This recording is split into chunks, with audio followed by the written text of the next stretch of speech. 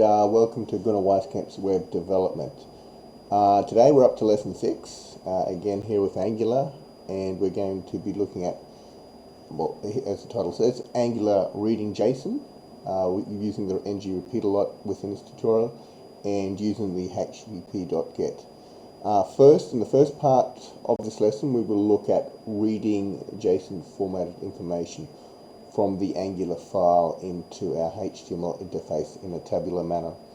We'll be looking at the ng repeats, Angular sorting, ng click, ng source expressions, and the Angular order by. Secondly, in the second part, we will be using Angular http.get to read the contents of a JSON file into the HTML interface. We will discuss certain important aspects of the http.get and also introducing Angular timeout function. So, with that, let's bring up Visual Studio as we do. Now, I've got all my interfaces open here that we need to look at. So this app, again, is based upon previous examples, really simple stuff. I've created this in Visual Studio 2013, so if we look to the right here we can see what this is made up of. So in this one I have actually added a new folder which we'll be using in the tutorial, and in here this is just made up of pictures for the tutorial to use. You can download some and put them in there as well, and we have different pictures in there as we can see, Mr. Sad, Mr. Happy, Mr. Confused. But so you will need to create this directory for some of this code to work, and we've also created a text file in here, directory. It should be called JSON file, because in here we've got some JSON data. I'll explain the JSON data later on when we actually use that with the tutorial, but you'll need that in there. And one HTML page, and away we go. And here is obviously our Angular code. It's empty at the moment, and across on the left here we've got our HTML, and we're referencing our Angular code. So obviously in this app Angular is already installed, which is in the scripts folder. Right, so let's grab some code, and we'll go over here. So first, our Angular code, or code that will be placed in our Angular file. It's not, well, it is and it isn't Angular code. Let's minimize this for now. So in here we are creating an Angular array. Just ignore these two guys for now, they'll be used later on. An Angular array of JSON data. This is JSON data. JSON stands for JavaScript Object Notation. It's like a format. If you're experienced in programming, if you've used XML before, XML is a way of sending information over the internet in a different formatted way. JSON is the same, but just in a different format. JSON for me can be a finicky thing because you've got a comma wrong here, or just so you're missing it, one quote here, it can all break down. So you have to be somewhat careful when you're implementing it and writing it. But to explain what's working here, the name is the identifier of the field. Mr. Happy is the contents of that name field. So that's the contents of that field. Email is the name of the field, and after this guy we have the contents of that field, which is the happy@gmail.com.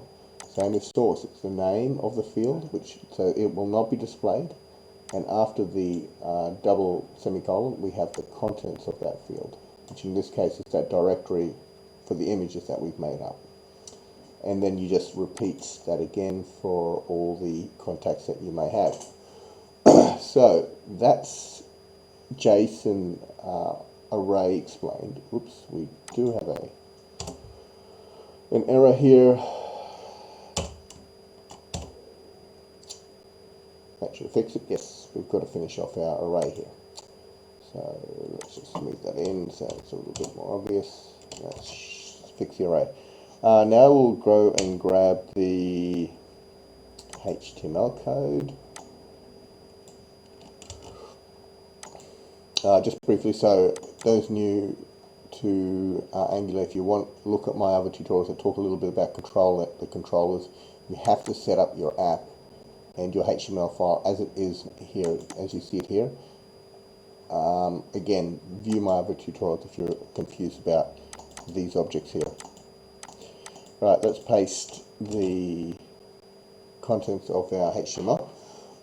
In here we have a couple of new processes. Basically what we're going to show here is a table, and it's going to list a name, an email, and a photo of the person. So that's this guy and this guy.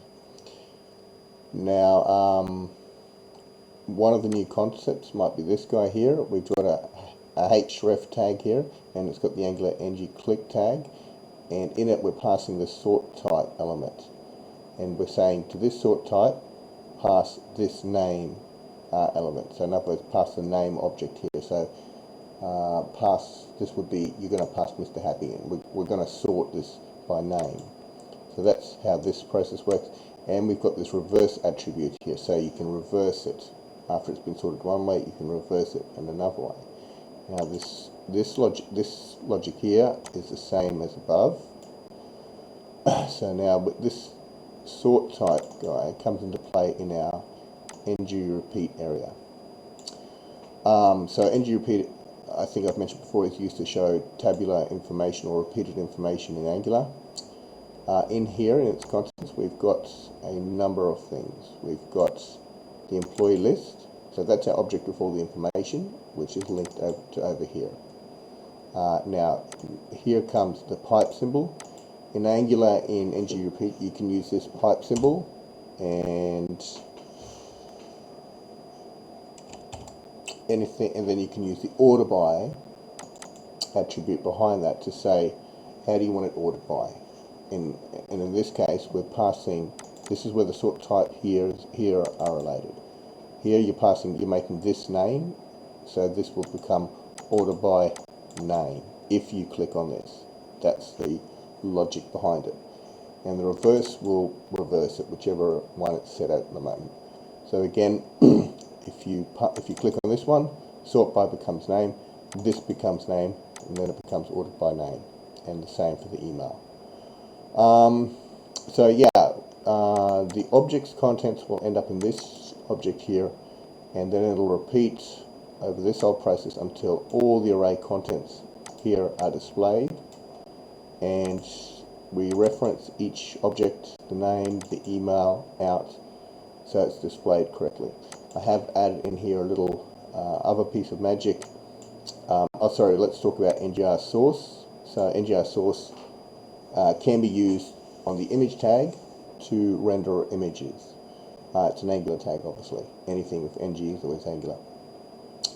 So in here I've put some little, an expression with a little bit more pizzazz in it. What's going to happen here, if there's nothing in this source, it goes here, oh, there's nothing in here but or, so then use this image not found here. So it's like a default setting. If there's no image found, just put a not found image in there. We're using expressions here to put the name in here as well, but I want to concentrate on this a little bit more to explain it to you simply. So if this has got nothing, this not found picture will be shown. And we're going to demonstrate that with this record here, because this image will have nothing, and so we shall see, if my computer allows me,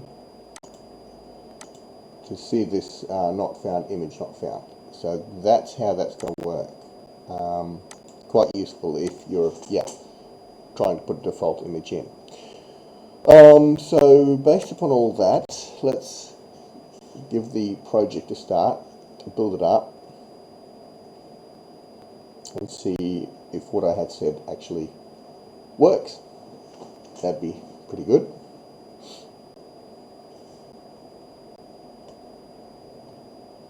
Building, building, building. The email here also uses that same logic, so the email for this record has also got nothing, so that should also render as we've talked about. So here it's coming up. slowly but surely.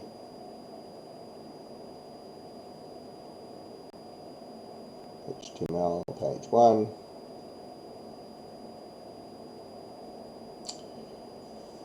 Let's make it a little bit smaller, and there we have all our images. So yes, we can see Mr. Happy here, we can see Mr. Sad, and Mr. Confused, and image not found. Yeah, so that's how that sort of works. So when we're going to sort, let's try that out. So we've got Mr. Happy here now. Mr. Where are you? Mr. Happy's gone down there, and we can reverse that. Mr. Confused. We can sort that by email as well. So from what I've told you, that's the sorting process here working when that click comes around. So yeah, that's the basics of this. In our second part, we'll be using a little styling with this as well. So, and again, here's our image not found if there's nothing in there. Email not available. As we can see here, this has come into play because in that last record there is no email contents. So I hope I've explained that adequately. Some of these concepts can be confusing when people initially start. Let's do our next piece of the tutorial using the http.get process. Let's grab our Angular code first.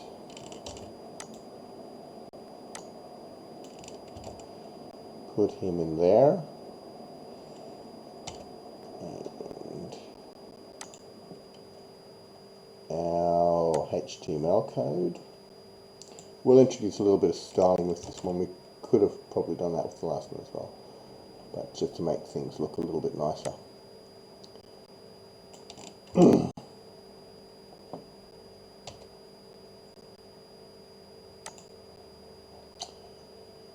Styling, what the styling mostly does is makes every field a different color, makes the end grid somewhat easier to navigate. So I'm not really going to talk much about the styling, but here you can see it. If you want to copy it down and use it for yourself, you can pause it there. I'm just mostly going to concentrate on Angular and what we're doing here in the new code. So let's save it all for a start. So we've got it all there. Let's talk about the Angular side of things. And first, we have a new resource here. This is our Angular, our JSON script. Let's bring him up and have a look. So this is JSON script as well, much the same as we talked about initially, just rendered a little bit differently. So in this we've got an employees list.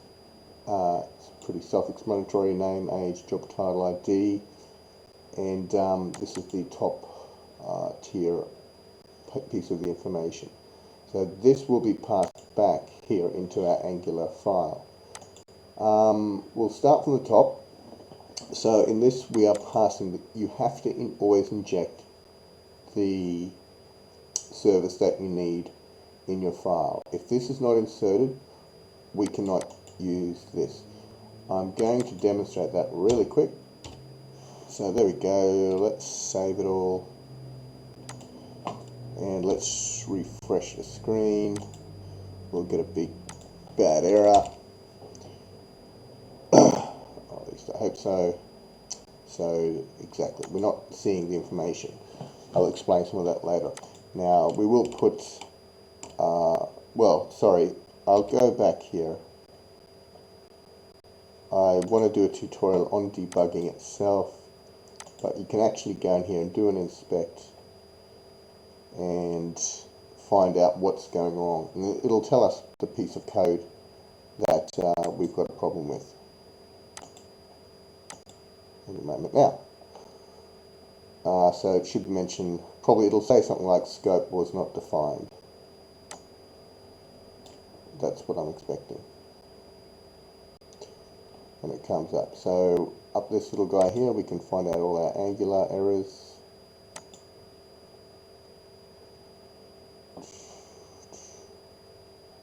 Here we go. HTTP is not defined. Okay, exactly. Sorry, not scope, because we left scope in. So if we bring both screens across, you can see here in our app file that scope, that HTTP is not defined, which is correct. And so here, where we're trying to use it, over here, it falls over. So that's what that's telling us. But I'll try and do a tutorial on just debugging in itself, because I do find, well, any Angular developer will need to know how to debug it. So we put back in our HTTP service. So let's walk our way through the top part of the code. I'm going to introduce a process here where while the project is loading, we will see this message come up, or the information is loading, we'll see this information come up. Now, the Angular timeout used in other JavaScript frameworks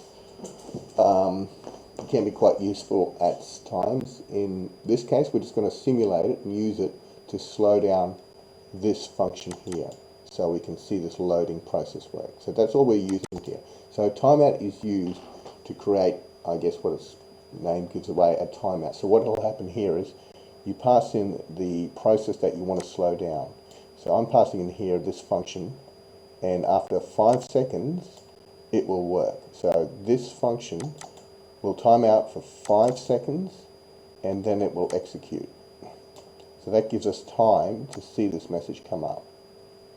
After 5 seconds, this function executes, and that's it here. So let's have a little look at that. We declare a JSON array object that's going to hold information, and here is our http.get. So yeah, you pass in here the directory of where you're getting your information from. So in our case, it's our text file directory over here. There's the information. Now, and once you've declared that, use the special keyword called then with http.get. This will first go and try and get the information, pass this into this data object. This data will then hold that data. This is the main object, and this will hold that information. That is passed into our JSON array here, and then and then it's passed back to the screen. I'll have a look at the HTML in a second. It's important to put these guys into play. This function here will happen if there's an error, and we'll make that happen as well, because sometimes obviously errors happen. Now this function in here is important. Angular and the get calls things asynchronously. In other words, at times you can have this function running but have something underneath here running as well, and that can be really annoying, because sometimes you need this to finish before your code, whatever that is under here, starts. And initially, if you're new to Angular or something like that, you can get conflicts and you're wondering what's going on. My information is not showing but something else is showing, and that can lead to all sorts of that can cause all sorts of confusion. So by doing this here, especially if you need something to happen after this guy has run, you put that in here. And what we're doing in our demonstration is we will hide this loading message because it's loaded. Okay, so now let's have a quick look at the HTML for this. Much the same as the last one. We've got our loading message coming up there, which will be shown as an expression. The table is more or less somewhat the same. We're just demonstrating this sort of tabular ng repeat now using the http get. We've just got different column headings, name, age, job title, and ID. And again, we're using our ng repeat to repeat things, repeat information. The information shown, sorry, I will just mention here, these are little things that has tricked me up and can trick people up quite easily. You might initially just think, you know, this is our object, this has got all the information. So you put in there that, and then the information in this you expect to end up there. And you press your application, that nothing will happen.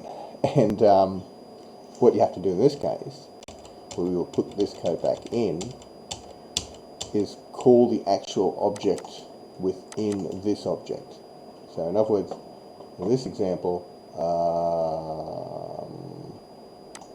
this object here ends up in this object here. So there's sort of two levels of abstraction. And so, yes, you have to call it in this manner, because this object ends up in this object. This is like a container, if you want to look at it like that. But anyway, so now we're rendering just like we've done before with ng-repeat. We're going to do a age not available just like we did before. So I guess we should try to do that. Yep. So let's put him up there. So now everything is saved. So let's cross our fingers and give this a whirl. Now for 5 seconds, you'll see nothing is loading. We just get our message come out, employees loading. And there you get it. Our information has loaded. I'll bring that full screen. That was a bit naughty of me. Right, we've got full screen here. Employees loading, 5 seconds. So 1, 2, 3, 4, 5. The timeout obviously came into play. Let's have a look at our code and our window here. So the timeout took 5 seconds to run this, and while that was running, our loading employees message came up. After we've loaded, we can obviously get rid of that message as we did. We can see I've added that other styling with this here. So you've got your different rows with different colors, and when you hover them over, the colors change, which makes navigation a little bit more simple. This is just a basic example of this concept. Obviously you can change your CS to however you seem fit. And again, our sorting here happens quite nicely. You can do the age. We haven't put it on job title or ID. Right, I'm just thinking if there are other important elements to explain. From this tutorial, if it was me, the main thing I would take is that when these things, when http.get executes, other things are running. So if you need something definitely to run after this, use this logic here. So yeah, make sure you've got something here. There's an Angular word called finally that can be used as well, but I haven't demonstrated it here. Briefly, we will try to bring up this alert error, seeing is believing, because now that file is not there, so we should get an error message come up after 5 seconds. So 1001, there we go, error. So obviously this guy here has errored because it cannot find this file. You can get specifics on the error and pump that out into your error message as well. You can do many things in here. You can send an email to the admin person of the website, but it's good practice to have those concepts in there. So that's roughly it. Oops, didn't want Skype. So that's roughly it. I'm hoping that was all explained quite well. No, we did not want Skype. But yeah, if you would like to visit my website, feel free. There are more tutorials coming on at some stage, but I hope this has been educational and of some use, and I appreciate you taking the time to watch it. Thank you.